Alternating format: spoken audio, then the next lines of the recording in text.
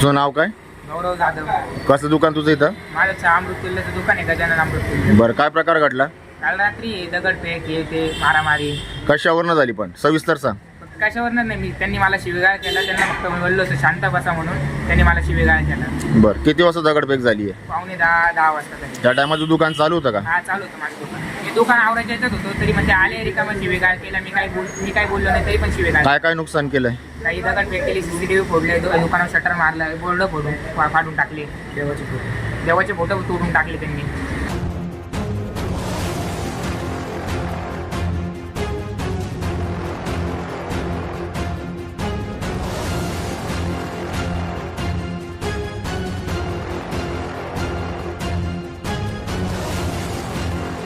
ताई, काय प्रकार घडला?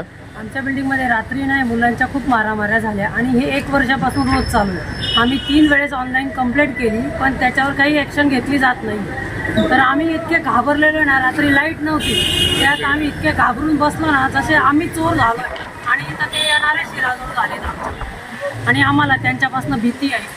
तर त्याच्यावर काहीतरी ॲक्शन घ्यावी एवढी. बरं, नेमकं रात्री काय प्रकार घडला? त्यांच्या काय मारामाऱ्या झाल्या, लाईट नसल्यामुळे ते करायला नाही पण ते आमचे कॅमेरे वगैरे तोडले, विटा दगड फेक केली. ते आवाज आले त्यांचे जोरजोरात, तेव्हा आम्ही बाहेर आलो बिल्डिंगवाले, ते बघितलं. बरं, किती टवाळखोर होते? भरपूर मुलं होती, 10-15 मुलं होते आहे ना. काय प्रकार घडला रात्री? रात्री आम्ही खूप दगडफेक झाली.